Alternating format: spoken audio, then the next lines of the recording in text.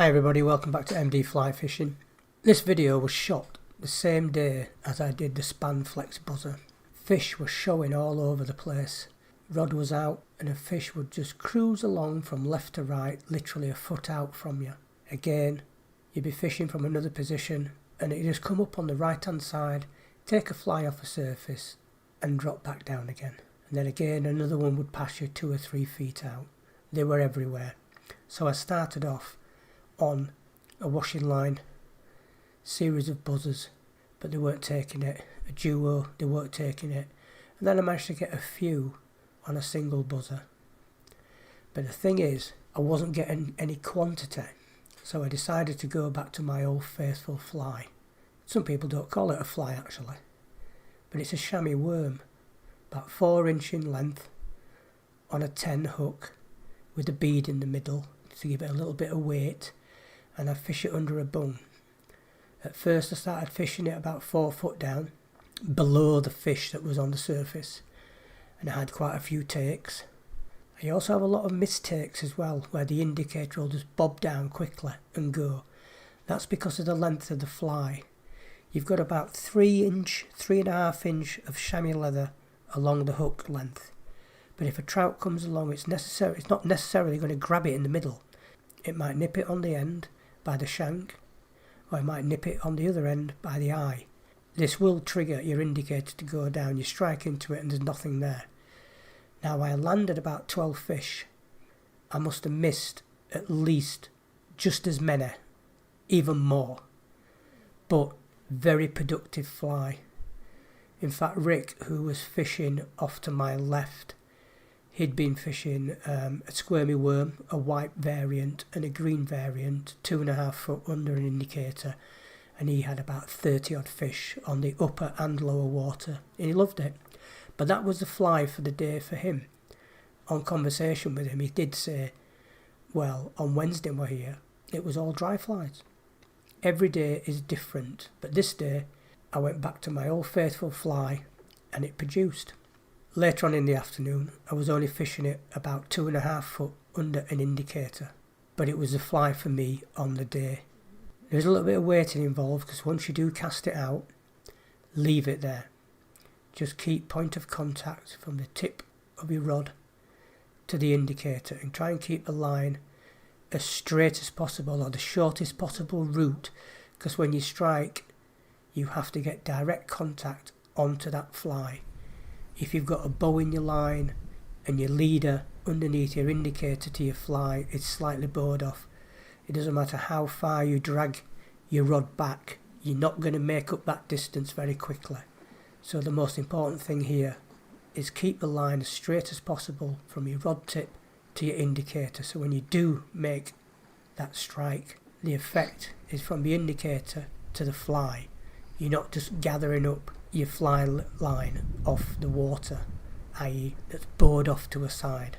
I was going to cut this video right down, but to show how it works, I've put, I believe, 10 of the fish that I caught on this video. 15 minutes long, it's the longest one I've made.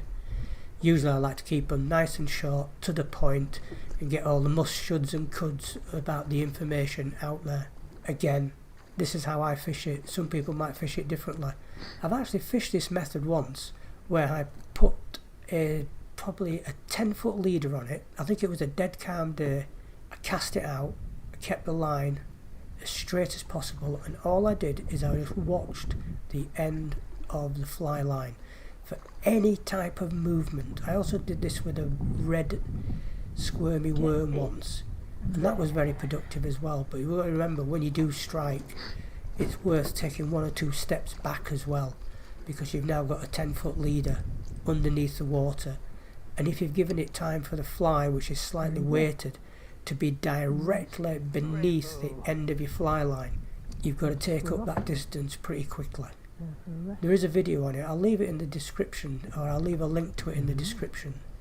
The other bad point about today is the net I was using. One of the fish I brought in was a nice blue, probably 5 or 6 pound. Went absolutely mental in the net. Sometimes I shake the net forward to extend it, and there's only a copper pin that holds a head to the handle, and it's not beveled on either side like the end of a nail of any description to hold it in. I think it's slotted in, tapped in. It must have worked itself loose. And after I'd finished with this, well, after I'd let that blue one go, all these fish were returned. I put the net on the bank again, and the head just came off. And I thought, I don't believe this. I'm only 2 hours, 3 hours into my fishing day, and I've got no net. So I went round to see Steve in the hut to see if he'd got any spare ones, but we temporarily fixed mine, which I was very grateful for. So thanks very much for that, Stephen. And I was able to carry on fishing. So anyone who's got a rover net, just check that linkage where you collapse your net down. Might be worth putting a bit of tape around it actually to hold it in place. That's a possible good idea. I've got a great big nail in mine, but I'm going to have to treat myself to another one. These videos were taken at different parts of the day. First couple of fish that I actually caught, I only had it on the panoramic camera. I wait until I get fish on a regular basis on a certain fly before I put the GoPro on, because I only have about 5 hours worth of batteries in my pocket. Nothing worse than setting it off, and before you know it, you've had 2 hours and 3 fish. Talking gibberish now, guys. I've never spoke for 15 minutes straight on without having a lesson plan in front of me.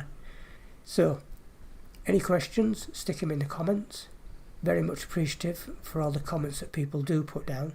I do emphasise this is my days out. It gives you an idea how I fish my flies, how I go about thinking what I'm going to use, but it's no means a textbook on how to fish. But I have had people come back to me and say, fish them, great. And again, some of the flies that I bought originally, I've gone back to the people that made them for me and sent them videos and comments and reviews, honest reviews, to help them and say, you've done a good job, mate. So I'm out at another water next week with a friend of mine. Hope the weather's good. And I intend fishing some squirmy worms, probably green and white, on my next return to Pennine, which will be in a couple of weeks. And it's been nice receiving some emails as well. I got a very good one last week from an individual who explained to me that he'd been watching my channel and made a 5-hour round trip to Pennine and basically said, I want to shake your hand, thank you very much. So he didn't say much more than that, but he must have had a very enjoyable day. It is a little bit pricey, but if you go down south, it's even pricier. I've seen there was one water I was looking at not long ago, and it's £150 for the day for 3 fish. It was £190 odd for 4. So Pennine is a little gold mine if you want a big personal best. I get here at least twice a month as a little treat. But anyway, I'm gathering on too long here. This is our fisher. This is the fish I caught. It's a method that works. The only thing is, on certain days, you might get them at 2 foot, you might get them at 3 foot, 4 foot, 5 foot, 6 foot. Trial and error. But they are there. They do like chamois worms. Some people say it's not a fly. Well, it's not a fly. An attractor, such as a number of other flies that people use to catch big fish. If you want to come to a water and fish a dry fly all the time, and you walk away with 2, then everybody to his own. If I want to come to a fishery, pay 30 odd quid and have a good day out, I will use anything in my box to catch fish. And on this day I had 12 plus fish on a chamois worm. Must have had at least 4, I think I had 4 and missed one on the Spamflex buzzer. But if I'd have been quicker and had a smaller chamois worm, I could have probably added another 8 or 9 fish to my total. But anyway, thanks very much for watching. I do appreciate it. Leave a comment, leave a like, or if you don't like them, leave a dislike. I don't mind. It's my days out and I love them. And I hope you love watching them. But anyway, thank you very much, guys and ladies, because a couple % of my viewers are ladies. And I will catch you on my next outing. Thanks very much for watching. Adios.